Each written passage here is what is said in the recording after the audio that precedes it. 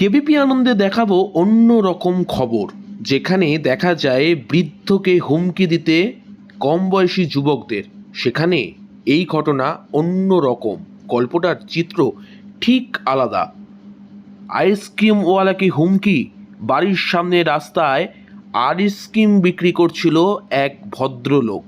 বৃদ্ধর হুমকি, শাসানি মারমুখী হয়ে ওঠে এবং গাড়িটাকে নিয়ে বেরিয়ে যেতে বলে। ঘটনার চিত্র বেহালার সরসরা হাউজিং কমপ্লেক্সের চিত্র।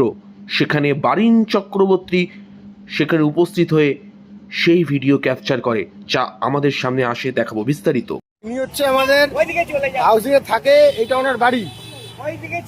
কাজ বাড়িটা দেখো খালি, আপনারা দেখুন এই গাড়িটাকে ইনি ঠেলে সরিয়ে দিচ্ছে।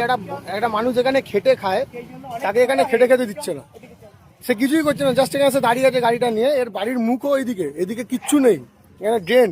এই ভদ্রলোক এখানে দাঁড়াতে দিচ্ছে না। মানে এতটা ছোট লোক একটা লোক, এনাকে ভালোভাবে বুঝিয়ে বলা হচ্ছে, উনি বলছে কি চড় মারবে। মানে এত ক্ষমতা, উনি আমাদেরকেও চড় মেরে দেবে।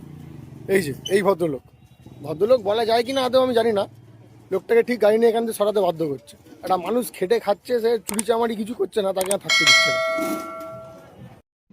এই সেই বৃদ্ধ যার অহংকার, যিনি বাড়ির সামনে আইসক্রিমওয়ালাকে হুমকি মারতে যায়। বেহালা হাউজিং সরসনার ঘটনা, সেখানের চিত্রই তুলে ধরেছিল বারিন চক্রবর্তী। সেখানে উপস্থিত হয়ে বৃদ্ধ রীতিমতো চুপ হয়ে যায়। কেবিপি আনন্দ, কলকাতা।